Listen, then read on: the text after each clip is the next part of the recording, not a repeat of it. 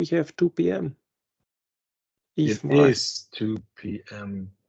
Recording has started. Check on that. It looks like we are live. Hello, everybody. We are struggling since almost 30 minutes to get Ole in. This is what happens when you're using a platform for the first time. And I'm looking for him and see if he joins. So bear with us a few more minutes.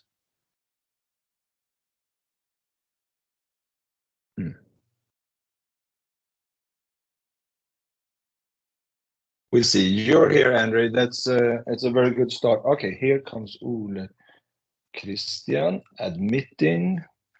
So now he's in somehow, and there is Ole Kristian, and I make a presenter. Let's see. Ole Kristian, do you hear us? Yes, do you hear And me? we can see you and we can hear you. Yay! Yay. We are full. Yay. Oh, it's always nice when technology works. And just 1 minute after, so we are. That's a success. Yeah. Okay, Let's so celebrate. welcome everybody to this webinar. And thank you so much, Andrey and Ole Kristian, to help out with this. So my name is Torbjörn Appehl. I am nowadays CEO for Load Systems, a Swedish business partner focused on IBM Power, IBM Storage, and a little bit of Linux One as well. But in this case, it's all around Power. Waiting in the lobby. The background is a little bit like this. So Ansible, from my point of view, Ansible was grouped together with OpenShift for some reason when IBM acquired Red Hat, and they went and said to everybody, "Oh, look at OpenShift and look at Ansible. It's all good." And we started looking at OpenShift, and we said that's not something for us, especially the IBM AIX guys. Right now, we start looking at Ansible on its own, and then it's getting really interesting. So I'm not the expert here, so I will move out quickly and let my fellow champion Andrey and IBM Ole Kristian from IBM Norway to do the work. I will manage the chat. So if there are any questions, because I don't think you can see Andrey or Ole Kristian in the chat, right? So I will keep an eye on it and then interrupt or let the question wait with them until the end of this webinar. Okay. Also, it will be recorded, so people will be able to look at it later. So thank you so much and welcome. Andrey, you start. Yes, thank you, Torbjörn, for inviting me and to this presentation. So I'm Andrey Klyachkin. So I'm, as Torbjörn already said, I'm IBM champion, living in Germany, working with IBM Power, mostly with IBM AIX and with IBM Power VM. A little bit with Linux, maybe not a little bit in last years still. And yes, I'm a trainer doing private trainings. I'm a consultant doing consulting. And what else can I say? So it's me, Ole Kristian. Yeah. Would you? Thanks for that, Andrey. Can you hear me? Yes. Good. I can hear and see you. That's nice. So my name is Ole Kristian Myklebust. I work for IBM in Norway, and I'm a technical specialist working with infrastructure. So and my background is consultancy, architect, and sale, and so on. And Ansible has been one of my key things I've been working on in the last couple of years since it was released. So this is something I goes into my heart and when we are talking about it. So. Okay, thank you, Ole Kristian. Let's start. But before we start, just a little notice. So it's not very deep technical presentation. So you will see some technical slides here, but we will not discuss some technical know-hows, how to do this and that.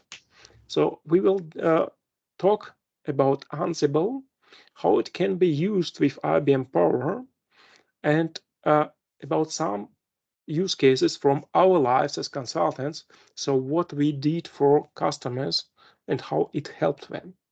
So just to give you some thoughts, what you can do with Ansible and with IBM Power. And before we start, so oops, I hope it will work. Yes, it works. So at this point, I would usually stop. And if you were at my workshop on site, on-prem, so I would go to each of you and ask, why are you here? What do you want to automate? And why do you want to automate it? Unfortunately, we are in Microsoft Teams webinar, so and I don't even see how many are there of you, so not even participants list. Sorry, I cannot ask you, but maybe I will ask you, Kristian. You did a lot of projects with automation. Why did you automate? What was the reason to automate? Good question, Andrew. It's normally, at least from customer side, it's when it comes to repetitive tasks, I would say. They are doing something that they need to do several times a day or week or month, and they want to standardize on things. And also they want to maybe go faster in the world on how they are working now. Great, but just a little bit back, thinking about repetitive task, you said. So as a system administrator, and I'm a classical system administrator, I started my job many years ago as a system administrator. So why would it bad? So if I learned how to expand file system, for example, or create users, and this is a repetitive task, and I can do it my whole time. And get my money for it. Is it so bad? It depends a little bit on who you are and what the company needs and so on. Yeah. No, but do you know these girls? So these nice girls. So these are 3 witches from Shakespeare's Macbeth. So, and I like this special, so how to say it's in English. So this Macbeth part with these 3 witches. Double, double, toil and trouble. Fire burn and cauldron bubble. Cool it with a baboon's blood. Then the charm is firm and good. This is sometimes so the most interesting part. This the feeling of a system administrator working in an environment. So I would say this is my senior management, this is my management and a project manager all together trying to double toil and trouble in my working environment, just giving me more and more exercises or more and more tasks, and I have to do it all of them in just 8 hours my working time I have. But just to be back to the Ansible, what has it to do, Shakespeare and Ansible? This is just a single word, toil. I don't know, I tried to translate the word toil to Swedish and found only just a translation like hard work. This is exactly what we usually see in enterprise environments. System administrators are hard overloaded or highly overloaded by a lot of tasks, and they get more and more tasks to do, and it looks like everyone wants something from me, and I have to do something.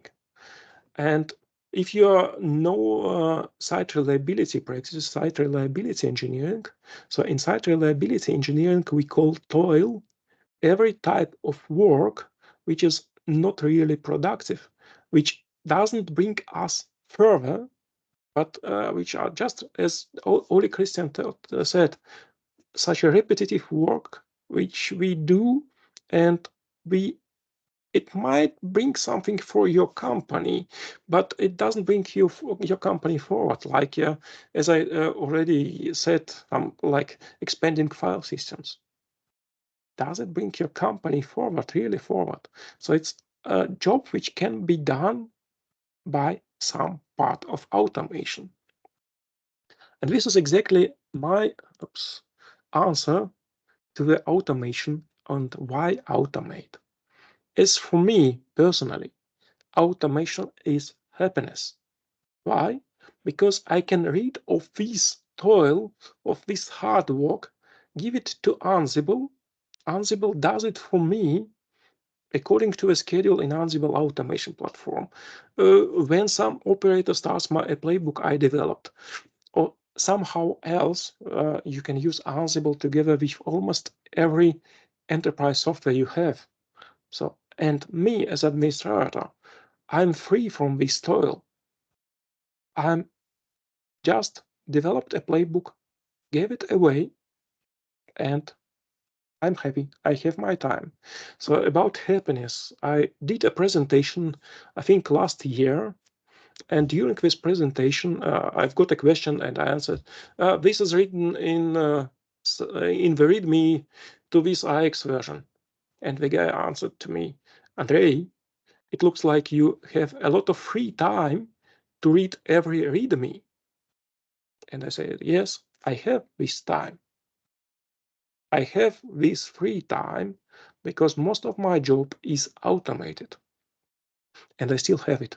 So you see, it's difficult to, I read it in Twitter, so it's difficult to fire someone who wrote the automation. So it's another point. But let's go next. So, and Uli, Kristian, would you say some words? Yeah, this is maybe the key thing here. Why do we automate, as you said? And in my world, it's simplifying things and streamlining things. It's the key thing here, but also giving it a consistency of whatever you're doing. So yeah, what more should we say, Andrew, here? Yeah, it's always difficult to add something because exactly what we use Ansible for is to get rid of work we don't like. So it's as easy as it is. So don't search for some difficult or complex reasons to do it. Just do it. Just get rid of the work. And that's it. So you can do almost everything with Ansible, but we will come to this topic with use cases. But as you see here, for example, so it's something automate repetitive work. We already talked about it, and simplifying complex tasks. It's the same again. So you have a complex task. So let's. What can I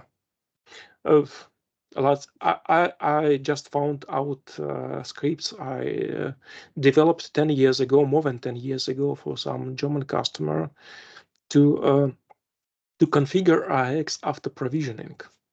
So this is exactly complex task.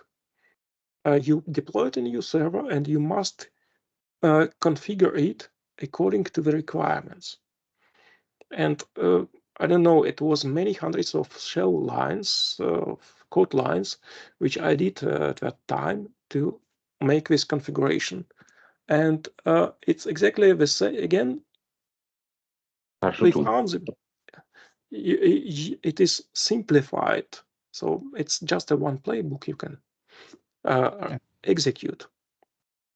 Streamlining deployment, exactly the same use case. Sorry, Andrey, I would like to add to this. Sorry to interrupt, but I would like to add to this because also simplifying complex tasks. We are going to use this to for more advanced tasks that you need a senior consultant for, and we can hand it over to more junior guys Yeah. to use their script and which is very well documented and so on. So that's also in that area. This is what we find really valuable. So, and maybe a little bit another thought from our side. We are all infrastructure guys, and we are talking about Ansible like an infrastructure tool to automate our IBM Power infrastructure. But it can be also used to automate or to unify your business processes with infrastructure processes. So just think about it. You can, I don't know, you can get an order from your customer, and the order must go to the warehouse to check if there are some some goods in the warehouse you can deliver. So it's also can be done by Ansible.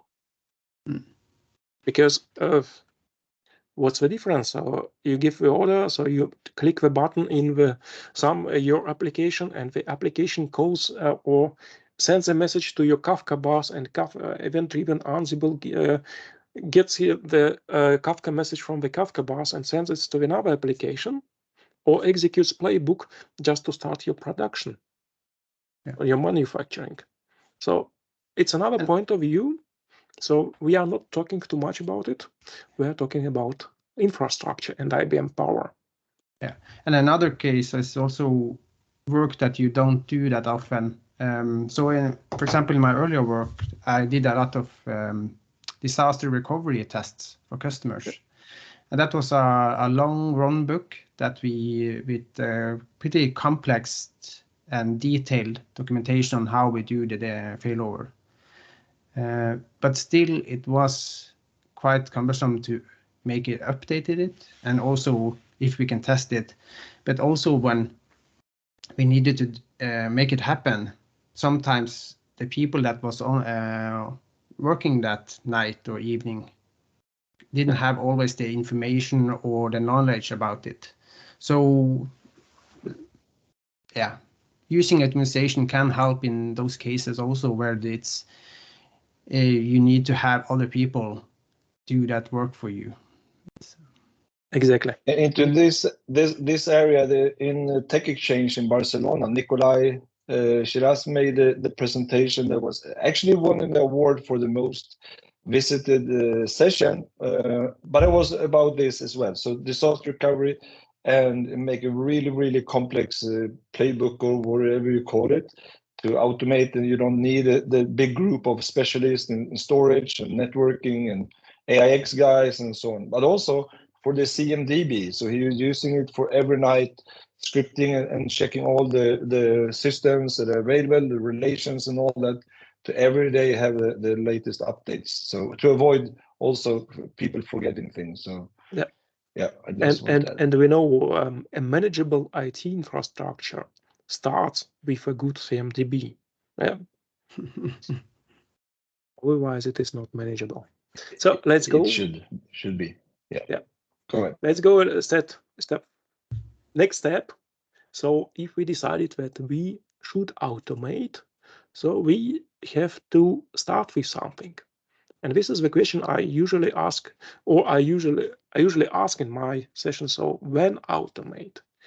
Because it's a good idea. Okay, we are great. We want to automate everything.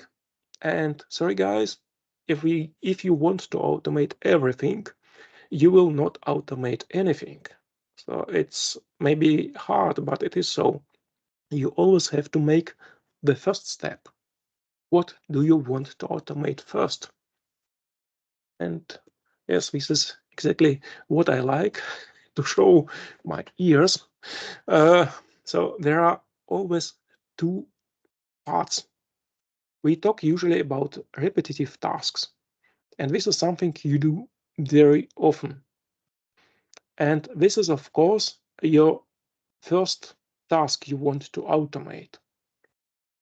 Or you might, so just as an example, I've got a project last year to update a lot of virtual IO servers. Can I do it manually? Of course, but sorry to say, my fingers are sick of typing commands on the keyboard. And if I have to update 100 virtual IO servers, so it will take some time, and I will have, how to say, it's mouse disease in the arms, so in the hands. So it's not what I want to have. So that's why I prefer to take some time to automate it with Ansible to develop a playbook, and then use the playbook to update all my virtual IO servers. And this is an example of the task I do very often. On the other, so yeah. How long time do you need then, Andrew? Oh, this is a very great question. Thank you, Ole Kristian. So it's usually if I do a manual virtual IO server update, I calculate that I can do up to 4, maybe 8 virtual IO servers per day updates. Yeah, and if we calculate it, let's say we can do it only on weekends, and we have 80 virtual IO servers, and we will do 8 virtual IO server per weekend. So it will means I will need 10 weeks or 10 weekends to update all the virtual IO servers.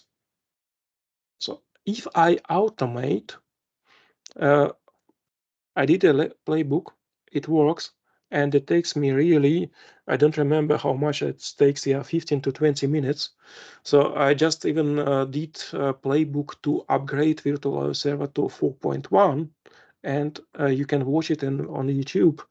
It took me 13 minutes, I think, to upgrade the whole virtual IO server from 3.1 to 4.1. So, okay, how many playbooks can I start at the same time? The whole environment. So I already tried. Yes, it will be done on one weekend or on one day. That's it.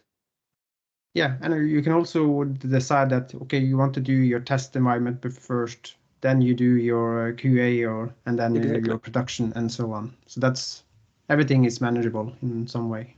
Exactly. So, and this is a very good case. So we'll talk about page management later, but I worked for a company many years ago, and we did IX updates. And we could do, or we calculated what we can do up to 4 servers, up to 4 updates per day per employee. So, and if we needed to update our production environment, so we could work on weekend only. And yes, we had, let's say we had 5 people, 5 system administrators sitting on weekend and doing for every and each is doing 4 IX updates. So all in all, you can update when 4,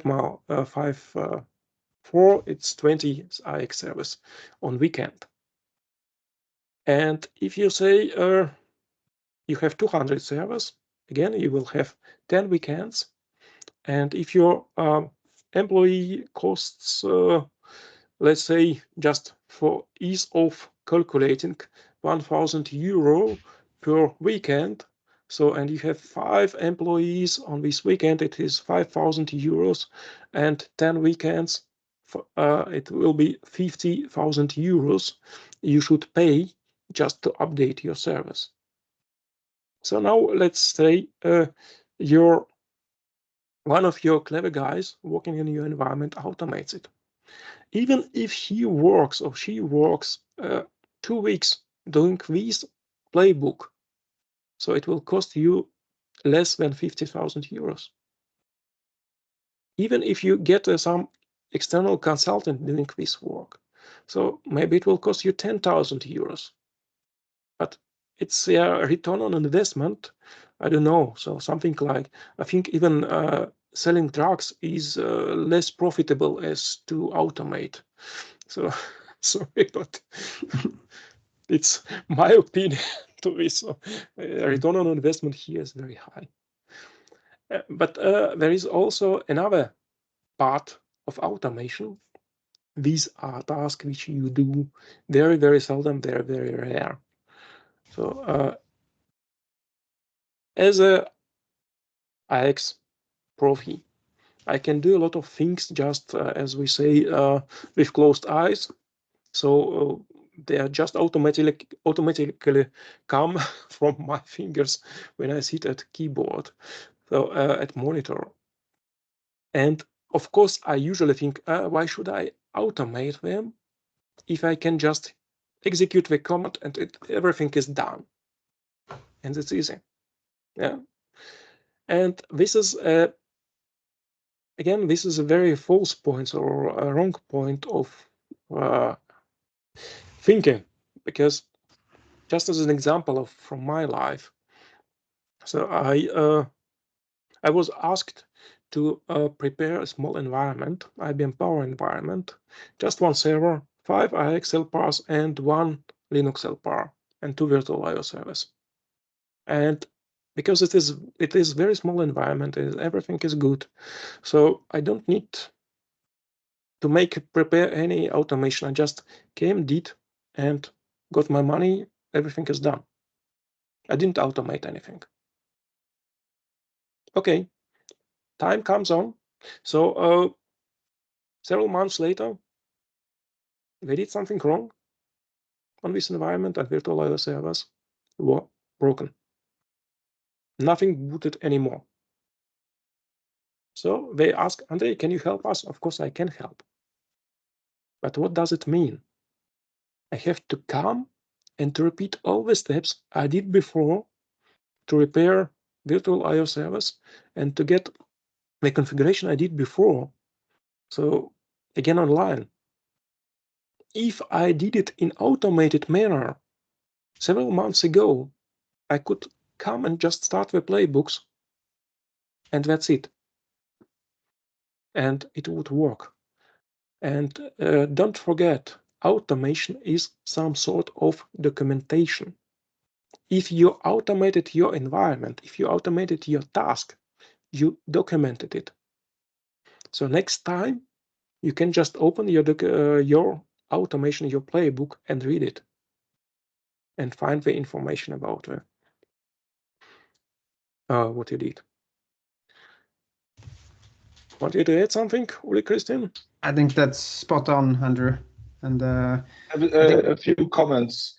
Just Yeah. sorry, but it was someone said that they're using Ansible to standardize their AIX, and also one said we automate tasks which consume time. Time equals business, where we can having high return on investment. Yeah. From the audience.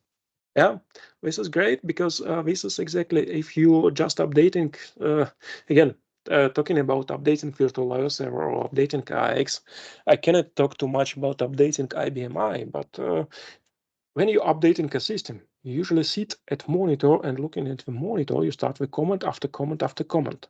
Yeah, and mostly the comments are the same, or just a little bit different. It's your time, yes. You can do something else. Drinking beer, Andrey, for example. So you see, again. Drinking beer. But I can add. So from an IBM i perspective, there have been scripting languages. So CL is, for example, very popular on IBM i, integrated and so on. But it doesn't mean that. I mean, you can use both, right? And you can use Ansible to run the CL commands, and they have to be. That's another level of automation, you can say. But still, and in the chat, I send a link to the article from Håkan Sjödin that has inspired me a lot. Actually, this is why we have this webinar. He describes a quite normal, ordinary task, downloading a file and distribute it to different systems. You have to, rename them and send them over and unzip them or whatever, and then install. And then he reduced 17 hours a week down to 10 minutes.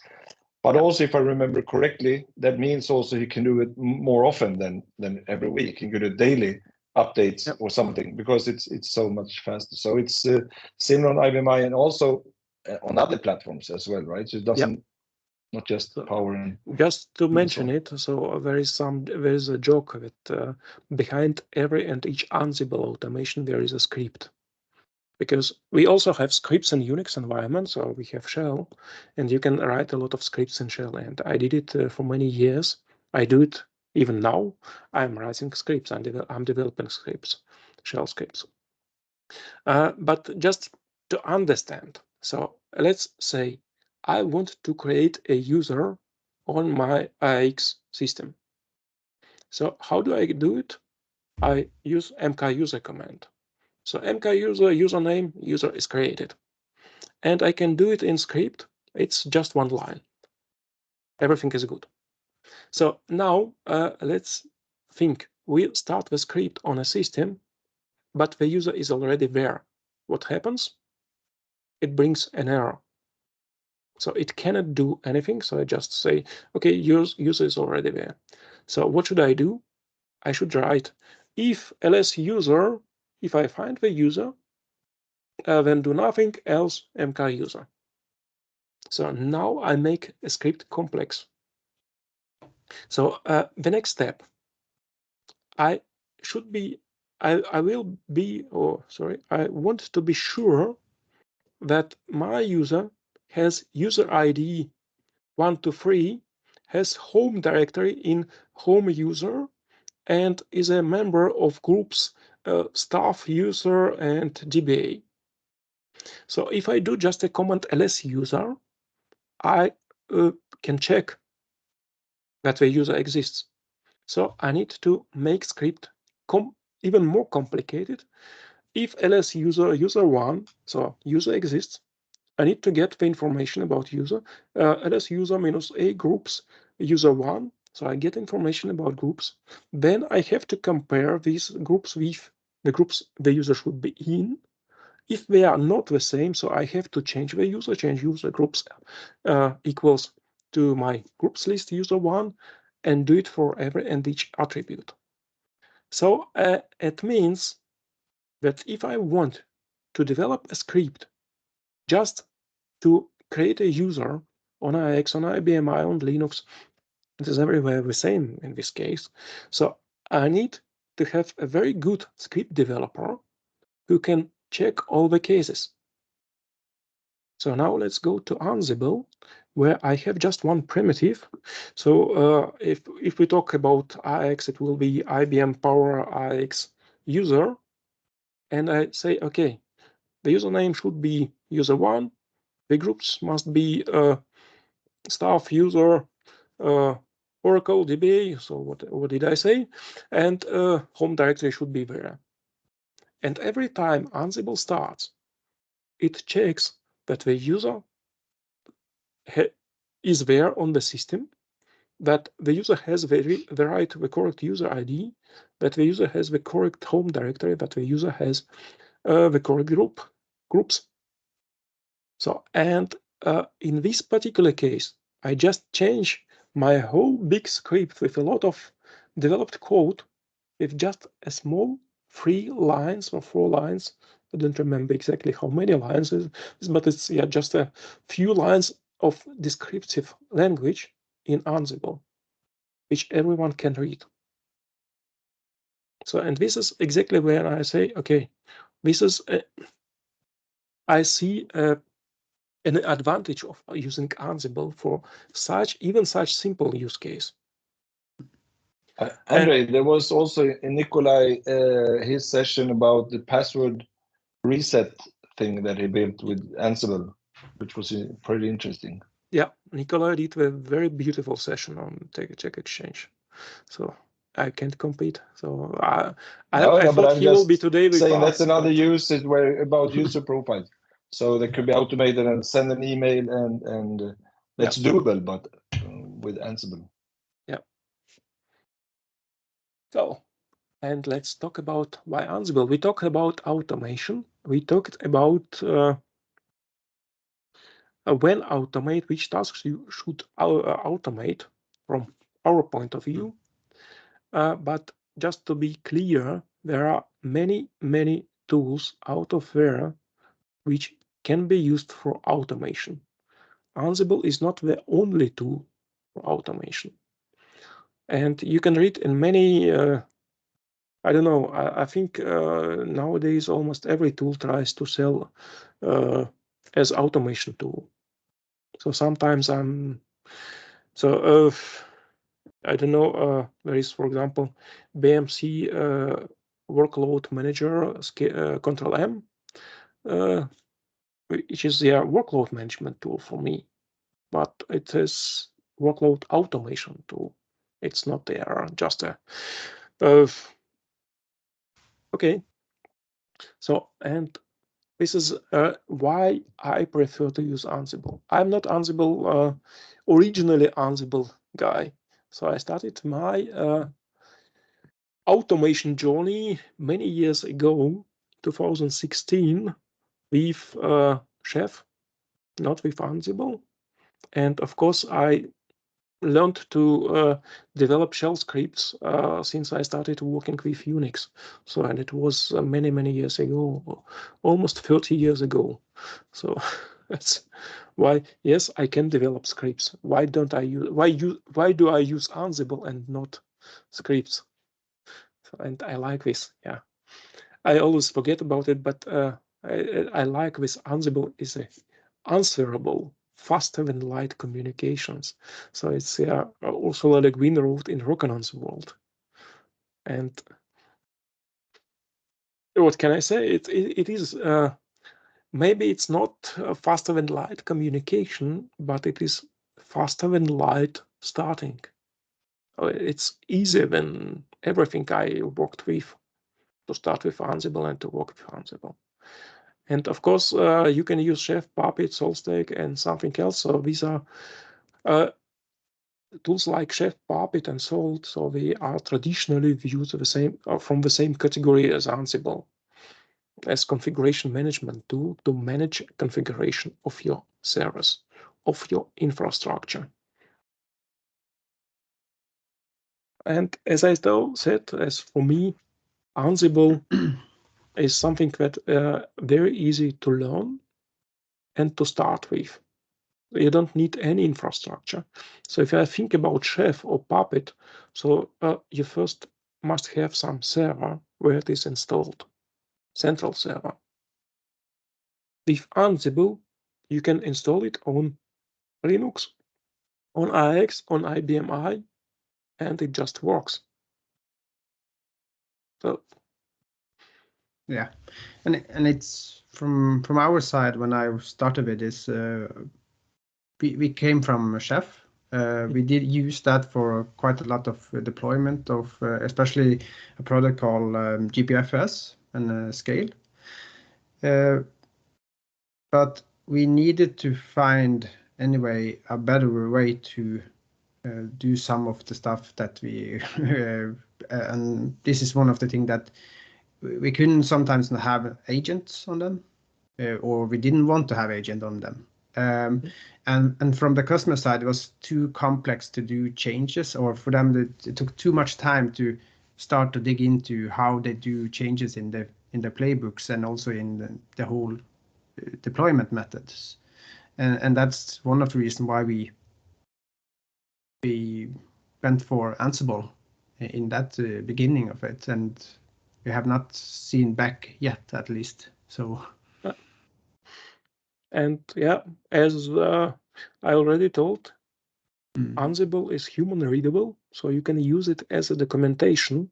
So just get the playbook and read it, because it uses YAML, yet another markup language, so which is just normal text language, text-based language. So nothing cryptical. It's not a programming language. It's just markup, and you can find a lot of documentation.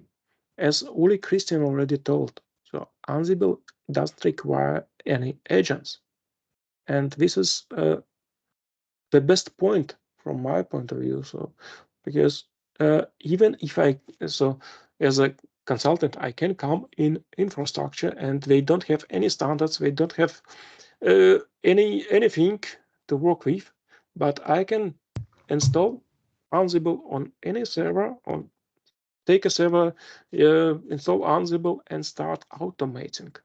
So I don't need to first install a lot of agents on every and each service. And of course, I don't have a pain when to update all the agents, because it's something like, okay, it happened to me, and I know I've seen before starting in participants list one of my ex-colleagues, so he can also say it.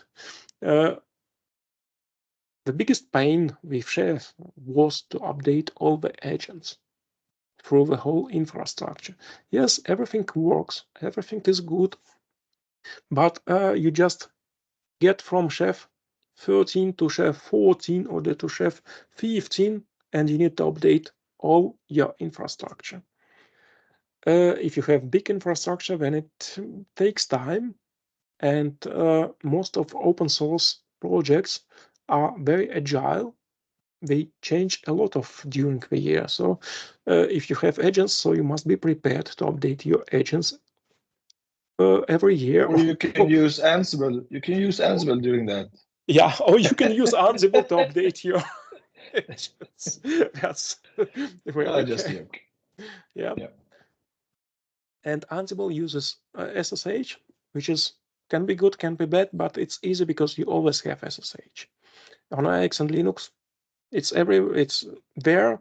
On IBM I, of course, you must enable it, but anyway, you can do it because it is also there. So no need for central server, and everything is in plain text files. So, and what is good in when everything is in plain text files, you can upload it to your Git repository, and you get something extra, because in Git repository you will get your versionable infrastructure. If you automate everything in and upload it to Git, then you can see when and who did which change and how it was applied. So, and this is also, this is not such easy topic. It's more enterprise level deployment, but it's still something like it gives you more control over your IT infrastructure, and it makes your infrastructure manageable, which is very important, especially if you have not enough system administrators in your infrastructure. And what I like, or let's say, so I started with Chef, as I told, and not with Ansible, but I moved to Ansible not only because it is easy to learn and to operate, but also because IBM made a lot of investment into Ansible infrastructure. So they make new collections, they make new models just to make everything be automated with Ansible. It's something what I was missing from other configuration management providers. This, how to say, it's this commitment to IBM Power. And this is what I see in Ansible. And just today, I read on IBM community site, Carl Burnett is asking about what do you want to see in the next IBM AIX collection. So which modules they should implement.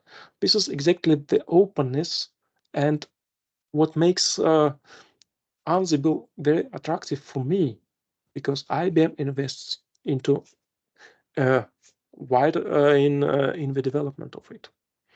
And of course, I will not be silent on this case. I do my own collections, certified collections for PowerVC. So, and I think it is very easy to extend Ansible if you are missing something there.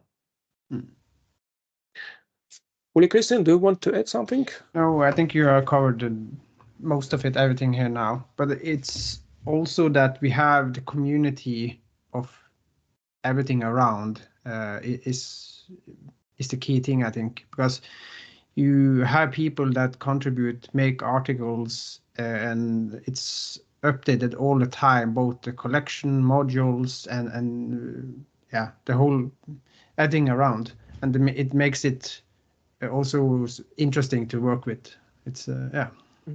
Yeah. We have one guy raising a hand here. Yeah, Håkan here. I think you're having a good point, and I think you have missed something. It's your daily work. You use Ansible. Yeah. Just for one-liners. Also, you can send anything for update your work job schedule, advanced job schedule, take out some information. Yeah. You don't need to automate. It's just for one-liner. If you're going to go into hundreds of servers to get some information, just the login time, you can just do one-liner and send it in Ansible and get it back in text. Yeah, you're completely right, Håkan. So I really don't use one-liners very often, but you're right. It can be used, and it's even these using of such things are very interesting because I remember times when my colleague, for example, developed scripts to just to run a command across the whole environment. Yeah. And this is exactly what you can do with Ansible, just without automating anything. There's just Ansible minus a module name and your inventory file, and it runs everywhere. Thank you. So going further on, and this is my, so to say, decision tree.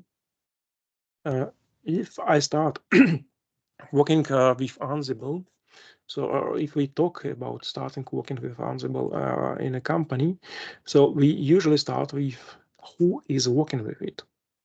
So do I work alone? So as a consultant, I came into a company and the company doesn't want to hear anything about automation, but I want to automate my tasks. Or I'm a system administrator working for a company and the company has some automation guidelines, what they use, but I want to automate my tasks and in an easy way. So I'm alone. I can install Ansible engine or Ansible core on any system. So I can use any Linux system I have. I can use any AIX system. I can use IBM I can use even my laptop just to install their Ansible, and with you can use even modern Windows 11 with Windows subsystem for Linux. I had it on my on one of my laptops, and install Ansible there and use it to automate your infrastructure or your tasks. Yeah, or use, as Håkan said, use just one-liners to run it. And your playbooks are usually local to the installation, so you have some directory there, and you have your playbooks in this directory. On the other hand, if you're talking to an enterprise, you may be interested, or the enterprise may be interested in a bigger automation environment. So if we talk about a local installation Ansible as Ansible or as community Ansible, so it is community supported. So there is no central support behind it. So if you need support, you must buy Ansible Automation Platform from Red Hat. And Ansible Automation Platform runs only on Red Hat Enterprise Linux, on IBM Power or on Intel. It gives you a little bit more features, or even not a little bit, much more features, because you can use your own automation hub. So it's your own enterprise collections of Ansible modules. You can use event-driven automation with Ansible Automation Platform. You can create, you can have multi-tenancy, so you can create different organization inside of Ansible Automation Platform, just to make sure that your, let's say, DB2 team manages only DB2 playbooks, and your Oracle team manages only Oracle playbooks. But there is an operators team which can't manage any playbooks, but can run every playbook. Something like this. You can do it with Ansible Automation Platform, but it's not so easy, or I wouldn't say it's impossible, but it's not so easy if you use just local Ansible installation. And of course, if you use enterprise, so you usually want to save all your playbooks in a centralized Git repository, just to make sure that they are versionable. You see who did what and when it was changed. So it's more security or compliance requirement, but it makes it even easier for you to work if many people work on the same playbook. So if everything is stored in Git repository. And something in between, if you have a team, so let's say we have an IX team and we have 5 IX administrators, and we want to automate only our IX tasks. So we can decide to go for local installation, install Ansible on our NIM server and use some directory, local directory, or we can install Ansible automation platform and we can use Git centralized, or we can just decide how we do it. We have a hand up from Henrik here. Maybe he wants to. Yes, just about this Ansible automation on Red Hat. That was one of my questions in the Q&A also, because when you look at the certified content on the Red Hat, what you call it, console redhat.com there, and there's this section connect to hub. They say that you're able to sync collections in your private automation hub. So it looks to me as if I would be able to do that from my small team installation, connect to that and get the content and so forth. So do we really need the Ansible tower? So first of all, there is no Ansible tower anymore. Oh, okay. It is called Ansible Automation Platform. Yeah. But to get access to this certified collection on console redhat.com, you must have Ansible Automation Platform license. Okay. As far as I understand. I'm not a seller, so I don't so deep in licensing questions, but as far as I understand, to get access, so and to get support for this certified collection. This is, by the way, the difference between you can download any collections from galaxyansible.com. It's free for use. It's just use it. But yeah, that was the other question that I had that I was putting out there. I mean, you have this link from IBM with Ansible for power systems, and where you have the certified content and you have the community provided. Yeah. And obviously, as an MSP, you want to use the certified content so that IBM backs you with support. Exactly. Yeah, but how are they reacting to that? I mean, sometimes you talk to support, they say that the virus, that's an what you call it, what's the word I'm looking for? An appliance. You shouldn't be in there doing stuff with other than virus commands, and a lot of stuff that you do with Ansible is not done with virus commands.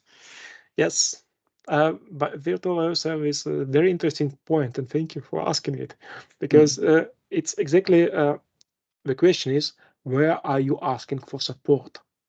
Yeah, if you go to virtual.io server support for ibm.com/support, so you will get the answer, you are not allowed to run some commands. So only there is a list of allowed programs which can be installed on virtual.io server and nothing else. So, but if you have problems with your automation, so and you have Ansible Automation Platform license, you can ask the question about your automation through a Red Hat support. And it will go not to PowerVM support, it will go to IBM automation support. So it may be a little bit tricky, but these are two different support teams, as far as I understand. So, Ole Kristian, do you have any experience with it? No, but it's true that it's been a little bit in the between the wood, I would say, on what you can do on BIOSes, and that's something they have created roles and modules for BIOSes and how you should do certain things there. So that's something that at least if they are saying that you should not do it, then we should need to look into it, because this is content that's come from IBM. And the reason why you shouldn't go into, for example, OEM setup ENV is because you should not be there. That's the rule of it. You should not do any changes there. But I think that's something we need to, But anyway, you also can say to IBM support guys, there is this official PowerVC collection. There is README to it, and in README they state that yes, you can create Ansible user with these roles on virtual IO server. So this is part of IBM documentation then. So, and then, okay, so it depends what changes are you doing.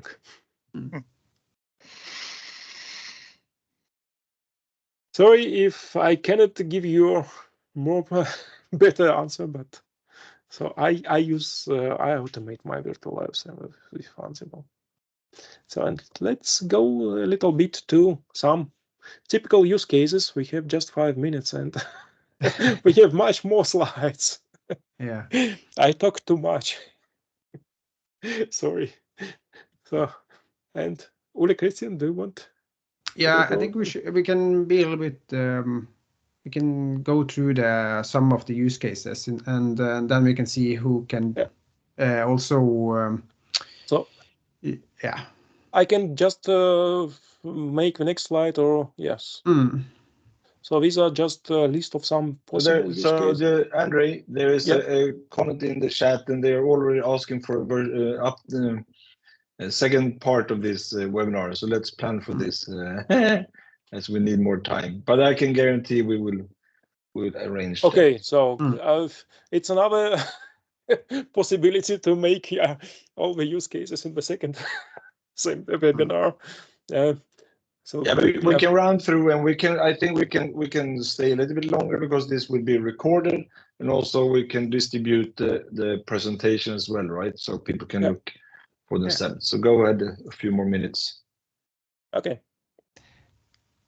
So Ole Kristian, where should I start, or where should I stop? We can start with this one. So I would say this is quite normal when it comes to IBM Power Systems. Customer wants to deploy, for example, a new Alpar, a new or virtual machine, as we call them now. And then we have two options here.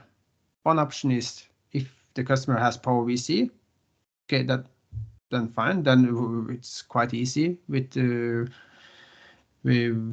just use the OpenStack libraries or modules.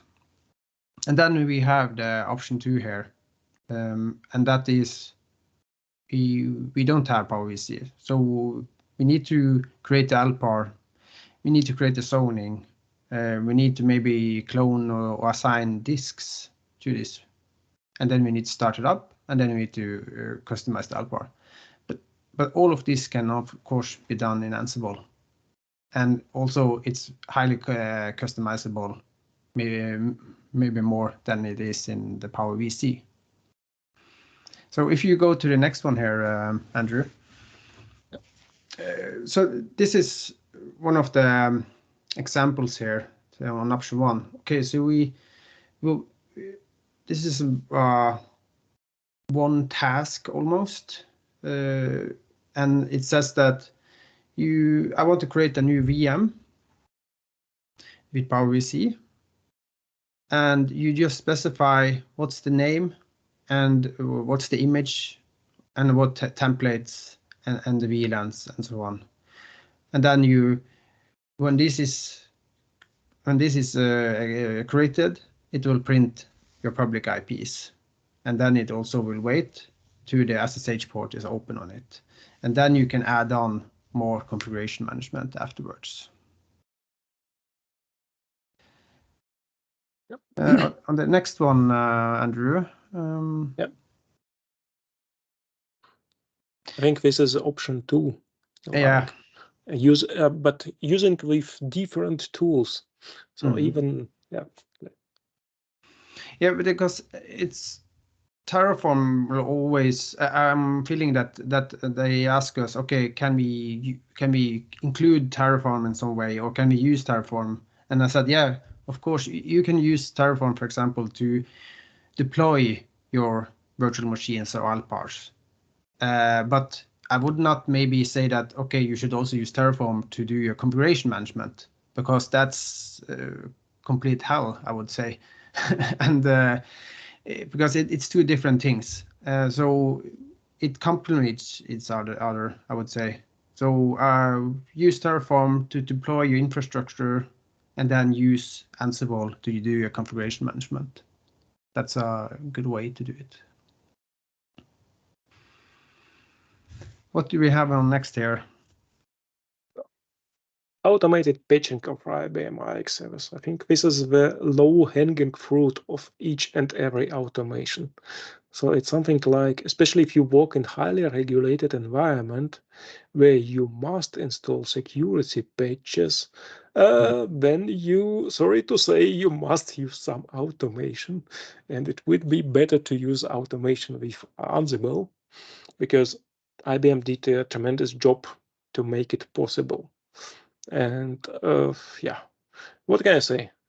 So I already told that I worked when we just used a lot of workforce, many system administrators on weekends to patch IX environments.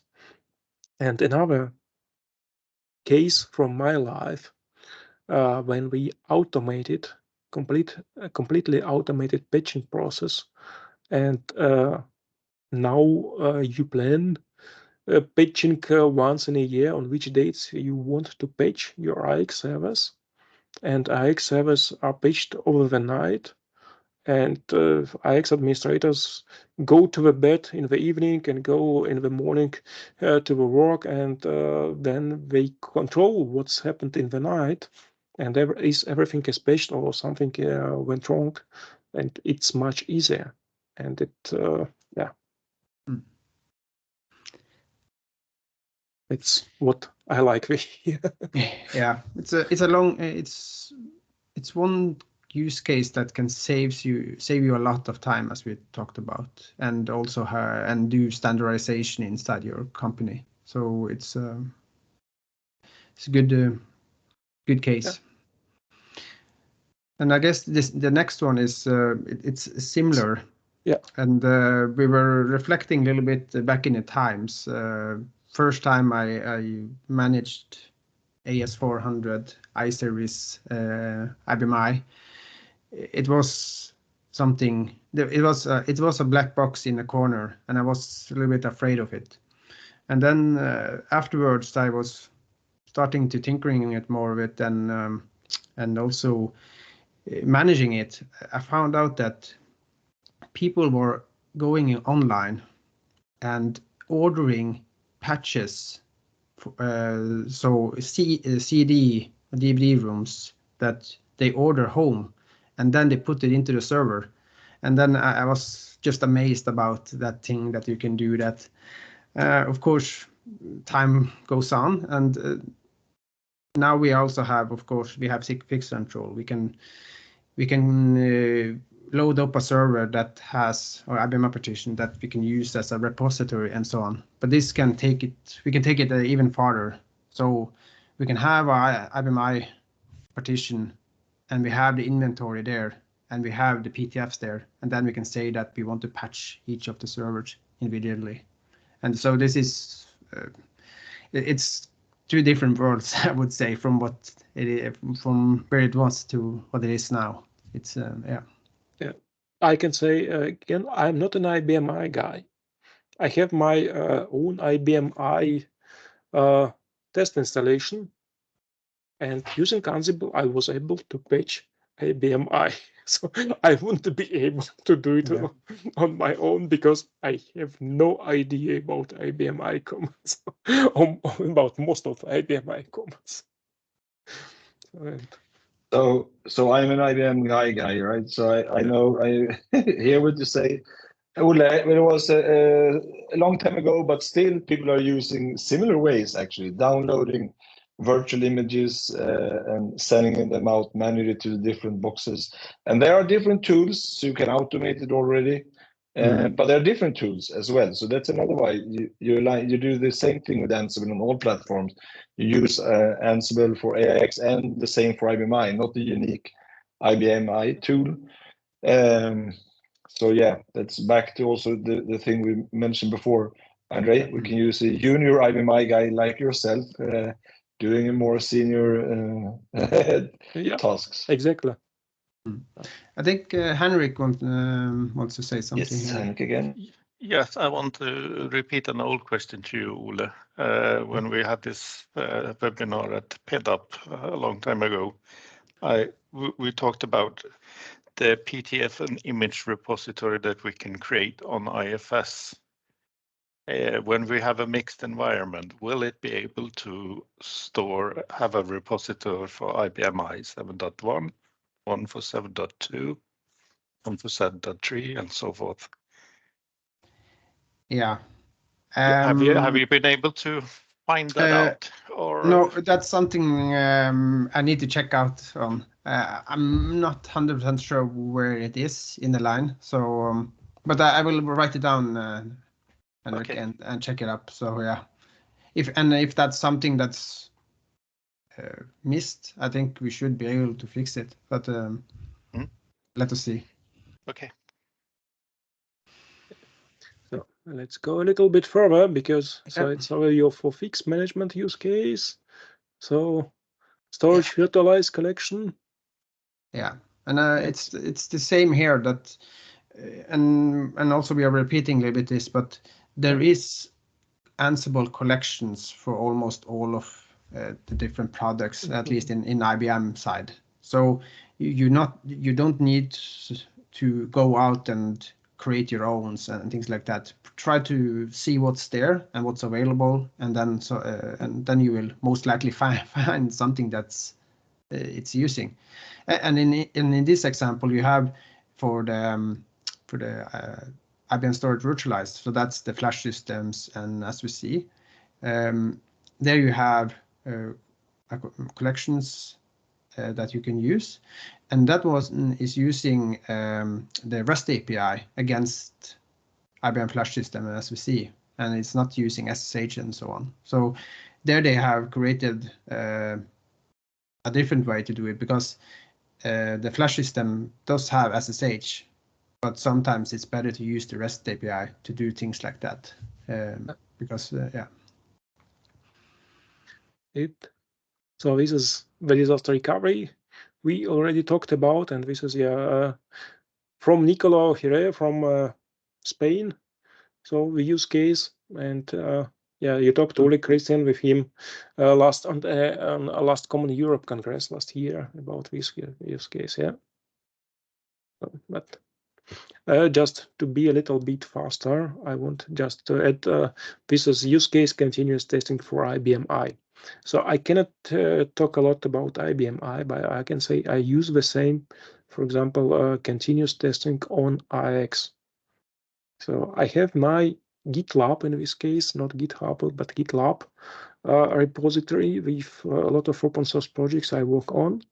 So, and every time we commit, or one of my employees commit a change to GitLab, pipeline is starting.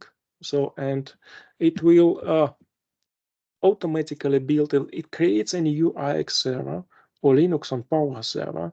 It downloads the code, it builds the code, then uploads artifacts back to GitLab. When the servers are destroyed, new servers are created for testing. Artifacts are downloaded to the new servers. They are tested. If it works, automatically tested, and then artifacts are uploaded again, and the servers are destroyed. So this is a continuous testing. It can be used for IBM, for AIX, for Linux, always almost the same. So of course there are some differences between the operating systems and how you do testing, but it's what makes your development faster. So it enables you to release your application into production very, very fast. I think we need soon to round up, but do you have any more slides? We have a little bit like a closing, and then but we have, if it's of our interest, we do have the Watsonx code assistant for Red Hat Ansible Lightspeed. If we can maybe just have a teaser. Yeah, maybe for the next. Yes, and then we do a special one on this, I think. Yeah. So then is the question: should we do the slides, or should we just dig into a demo? Oh, please do, but you have to explain a little bit maybe what it is. Then I will try to do that. So IBM and a couple of other companies in the world have starting the AI journey, and it's been used in, you can remember, ChatGPT, and also Microsoft has the Copilot and so on. IBM has also developed what we call a code assistant that you can use to help you write code. And maybe the biggest difference here is that we deliver it in for a specific use cases. We don't have a generic one, maybe. So that means that, and also in this use case, we have the Red Hat Ansible Lightspeed, and behind that, it's using Watsonx code assistant that is trained on Ansible Galaxy content. And we also have, so from a developer side, it looks the same. They're doing the same. It's just that they have a function that can provide them or some help on, okay, I know that I need to do this and this. So if I write it in text, can you help me provide what the task will be like in Ansible? So if you do go on the next slide here. This one or next one, I think, yeah. Yeah. So if you go to, this one will be example of, so from a user perspective, you write what you want to happen. So for example, I want to install Podman, and then I press enter on that one, and then it will go up to the Lightspeed, and then I said that, okay, now he has asked me to install Podman. Okay, what does that mean in the background? And then it does a calculation. It has an algorithm to say that, okay, with the training I have, this is what I will suggest, and this will be what we come from Watsonx training data, and then it will present it, and then it will give you a suggestion. And then you can say that I accept this, or I can also escape it out and reject the suggestion. And this will also then train some of the models that you have. And this can also be enhanced multiple things here. So I will not go into all of them, but you can, for example, instead of writing one task, you can say that I want to do 3 tasks.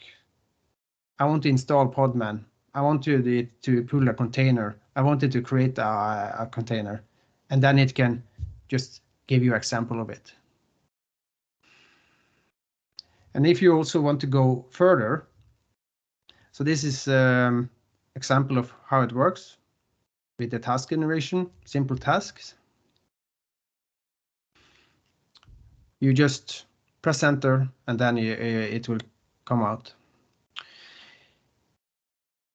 And most of the customers, if you go back there, they don't like to when they don't understand where the content is coming from, or if it's licensed based and so on.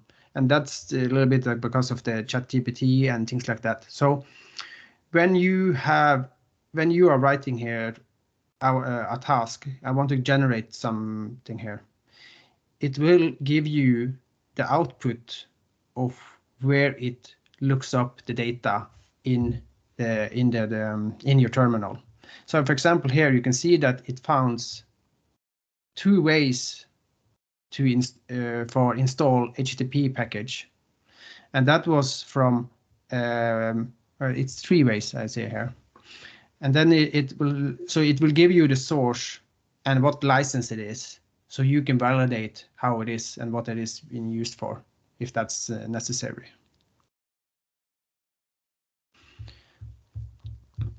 So, and then the next one is so this is the multitask generation, as I talked about. You write the whole sentence, and then you can say that, and then you can accept it and also change it depending on what you want to do. And the next one, I guess, is... It was already demo. Yeah. And I think we should... Oh, there are some more slides. So, but I think we can touch on this one in the next one, Torbjörn. Yeah. And, I think that's a good idea. Yeah, it's very interesting, right? And so it's worth to... It is. To go through more when we have more time. So, and just final thoughts for half a minute. Don't start to automate everything at once. Start small. On your own server, just install Ansible and automate one task. Try to write your own playbooks. It is very simple. Just start it and do it as easy with. But talk to your colleagues. I like Swedish word or Swedish tradition of fika, just to go to drink a little coffee or tea and with some sweets, and to talk to colleagues about what's happening now. So it's what you should do. Talk about Ansible during fika, and then if you need more, go pro and use Ansible automation platform to get support and use certified collections. If any more questions, so yes, it was, I talked too much. I didn't leave time for Kristian to show his good. demo. I mean, most people are still around, so that's all over 30 people still hanging out there, so they are interested. Should we also have a how to get started, or is it easy to install, right? Is it easy to go to Google Red Hat Ansible install on your PC to start with, for example, or should we have a webinar about it? So just to understand, I tried to make a session how to get started with Ansible on IBM Power at IBM Tech Exchange in Barcelona. So it was either a lot of theory before starting, and not so very practical, and it was too long. I couldn't do it in 1 hour. So this is that's why I'm thinking about if we can do such workshop at Common Europe Congress in Milan. So because for workshop we will have 3 hours, and it will be enough just to install Ansible, to see how it works, to make first steps to automate something on all 3 platforms, on Linux and IX, on IBM i. Of course, we can try to do it as a webinar, but I don't know. As for me, webinar, I'm talking, or we are talking, yes, you're asking questions, so you don't do anything. And as a trainer, I like to talk less and you do more. So on my trainings, I say always, so on the first day, this is my day, I'm talking, okay, I'm explaining the basic concepts. And next days, I'm sitting here and you're doing the things. So, and this is exactly what I see the best on training. So if they are practical way, if they're done in practical way, so then you can. Let's think about it. If you can make your hands dirty and start automating. So just during the training, then I did my job good. So if I just stay here as talking head and talking, so okay, at some time I will forget the words. So you will hear me worse and worse because I can't speak.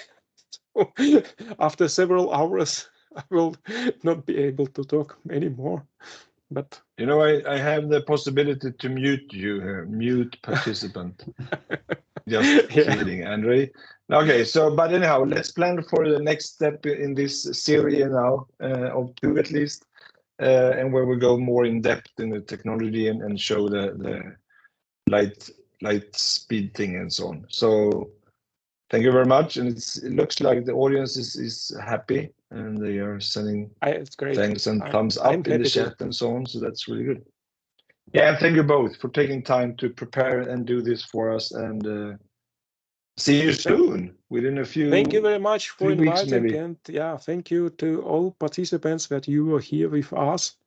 And I hope, yes, if you have any thoughts of what to do next, you can just write an email, just write. So you can find me on LinkedIn. You can find Torbjörn on LinkedIn. I think there are our emails somewhere here, so you can just make a picture and send your thoughts, what we should do next, and we will do it. Yeah, good, Andrey. Good last words. Okay, take care, everybody. See you soon. Thank you. Thank you. Bye. Bye-bye. Bye. Thank you.